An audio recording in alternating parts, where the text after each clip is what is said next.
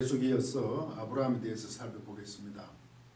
그 여호와 이레는 하나님이 준비하신다고 번역되었지만 하나님이 보시고 계십니다라는 뜻입니다.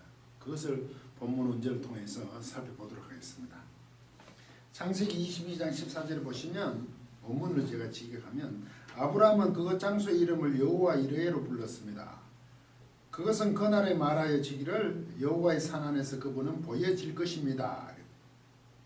근데 한겨레 번역에는 아브라함이 그 땅 이름을 여호와 이레 하여서 오늘날 사람들이 이렇게 여호와의 산에서 준비되리라 했습니다. 보여질 것이다. 자꾸 준비된다고 했습니다. 이게 단순히 그 양이 준비되는 것으로 끝나면 그 뒤에 부분에 나중에 계속 이어지는 성전의 문제하고는 좀 단절이 일어나기 때문에 원래대로 보도록 하겠습니다. 정말 아브라함은 그 입증하는 시험을 마치고 독자 이삭을 하나님께 드리는 데까지 나아가는 두렵지만 그분이 보고 계신다는 것으로 이어져서 결국 그 장소는 여호와 이레, 여호와 이레라고 됩니다. 그러면 그 여호와 이레라는 것이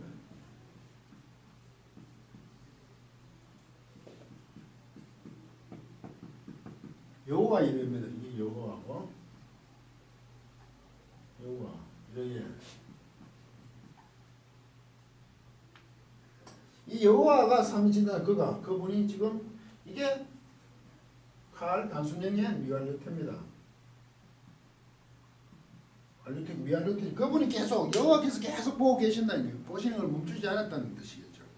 이 장소 이름을 여호와 이레 하나님께서 준비하시다 그랬지만 여호와께서 계속 보고 계신다는 내용으로 본문은 얘기합니다. 그러면 이것은 우리가 준비한다고 했을 때 여호와 이레 준비한 단순히 수양의 문제가 아니라고 얘기했잖아요. 여호와께서 지금 계속 보고 계시잖아요. 이삭이 제물을 냈냐 그렇게 그분을 위하여 그분을 위해서 계속 그분이 보고 계신다고 아브라함이 얘기를 하고 있지 않습니까? 그러면 우리가 뭘 얘기를 할 때 뭐 행사를 하든지 나의 신앙이나 모든 교회의 여러 개 속에 그분이 하나님께 준비하신다 그러면 많은 위로를 받죠. 어떻게 될지도 모르고 힘들고 어려우니까 그분이 준비해 주실 거 믿고 나아갑니다라고 하면 그것 자체로 한정되어 있잖아요. 그런데 원문의 여호와 이레는 그분이 계속 보고 계시는 거죠. 감찰하고 계시는 거잖아요. 이게 훨씬 넓은 의미가 되는 겁니다. 이렇게 해야지 삶 전체가 풍요로울 수 있는 거 아닙니까? 단순하게 뭐 하나면 이루어지는 것이 아니라 하나님이 끊임없이 지금 보고 계시는 거지. 감찰하고 계시는 부분입니다. 고린도전서 15장 10절을 보시면 제가 읽어보겠습니다. 그러나 나의 나 된 것은 하나님의 은혜로 된 것이니 내게 주신 그의 은혜가 헛되지 아니하며 내가 모든 사도보다 더 많이 수고하였으나 내가 아니요 오직 나와 함께 하신 하나님의 은혜로라 하는 사도 바울의 고백처럼 우리 삶 속에 하나님의 은혜가 계속 하나님이 하신 것 지금 보고 계심 속에 감찰하심 속에 이런 일들이 일어난단 말이죠. 그리고 이 여호와 이레 그분이 계속 보고 계신다는 게 나중에 역대하 3장에 가면 구체적으로 이렇게 되어 있습니다. 역대하 3장 1절에 솔로몬이 예루살렘 모리아 산에 여호와의 전 건축하기를 시작하니 모리아 산에 여호와의 전 건축을 솔로몬이 모리아 산 지금 모리아 땅에서 이삭을 바치는 문제잖아요. 그 원문을 들으면 창세기 22장 그 14절 뒷부분에 여호와의 산에서 그분은 보여질 것입니다 이렇게 되어 있는 거거든요. 니팔 수동태로 되어 있는데 우리는 이것을 보여질 것입니다를 가지고 우리는 아까 봤죠. 산에서 준비되리라 하더라 이렇게 해버린 거죠. 그 산에서 여호와 22장 14절 아까 14절 끝부분에 그거 준비되리라 하더라 아니고 보여질 것이다 라고 했잖아요. 여호와께서 보여질 것입니다 라고 수동태를 하면 이 여호와께서 아까 역대하 3장 1절에 모리아 산에서 그 성전에 하나님께서 계속 나타나시는 거예요. 보여질 것이니까. 이게 하나님을 쓸 때 수동으로 많이 쓰죠. 직접적으로 안 쓰고 능동으로 이제 경건하게 표현하는 거죠. 주어를 수동태에서 하나님이 거기 계속 임재해 계시는 거 아닙니까? 모리아 산에서 임재하고 계시는 거 아니에요. 단순히 아브라함이 모리아 산에서 이삭을 바치는 그것에 여호와 이레라는 것 그분이 보고 계신다는 계속되는 게 그 재물의 문제만이 아니라 그곳에서 하나님께서 보여질 것이다. 나타나신다는 거 아니에요.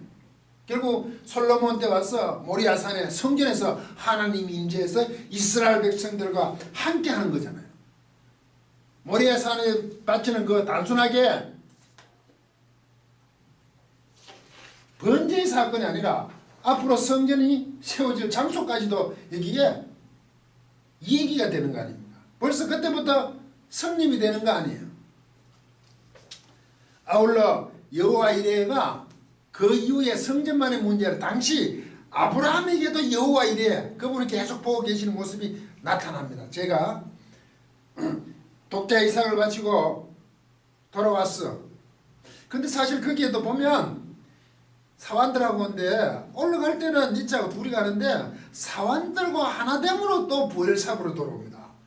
이자 이삭이 같이 오지 않은 것으로 저는 보거든요. 바치고 온 거죠. 사원들과 하나됨으로서 부엘삽으로 돌아와요. 올라갈 때는 이자하고 하나됨으로 갔는데 함께 온다고 돼가 있고 올라갈 때는 동료아들을 번역됐죠. 그 계속 이어지는 22장 20절 보면 그 동생 나홀이 어떤 사람이 나가서 전하잖아요. 동선 나홀의 이 얘기를 전해주잖아요. 21절 보시면 12명 아들을 낳았더라. 당신 동생 나홀은. 그런데 독자 하나 있는 것도 바치고 왔잖아요. 그런데 살아도 죽어요. 그러면 아브라함에게는 아무것도 안 행합니까?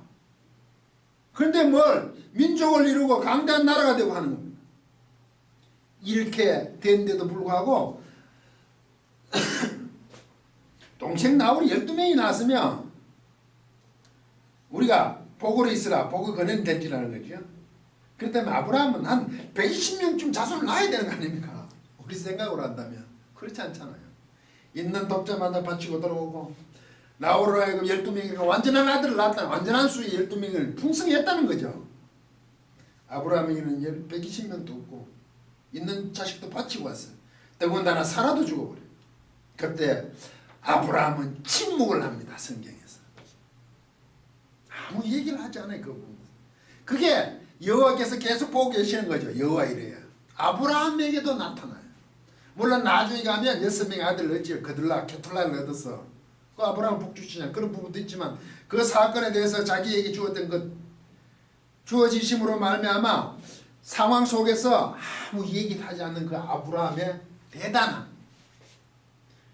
그것이 그 속에 주어진 여호와 이레가 아브라함의 문제가 아니라 결국 예루살렘 성전이 모리아산에 서게 되고 하나님이 하나님 백성들과 함께 임하시는 것 나타나지는 것 보여지시는 것 라동사 보여질 것이다니까 나타나심이 성취되고 오늘 우리에게도 여호와 이레가 그분이 늘 계속 보고 계심이 우리 신앙 속에 함께 있음을 놓치지 마시고 오늘도 하나님의 명령을 준행하면서 나아가는 것이 참 복된 자, 행복한 자임을 놓치지 않는 사람들이 되시기를 부탁드리겠습니다. 강의를 마치겠습니다.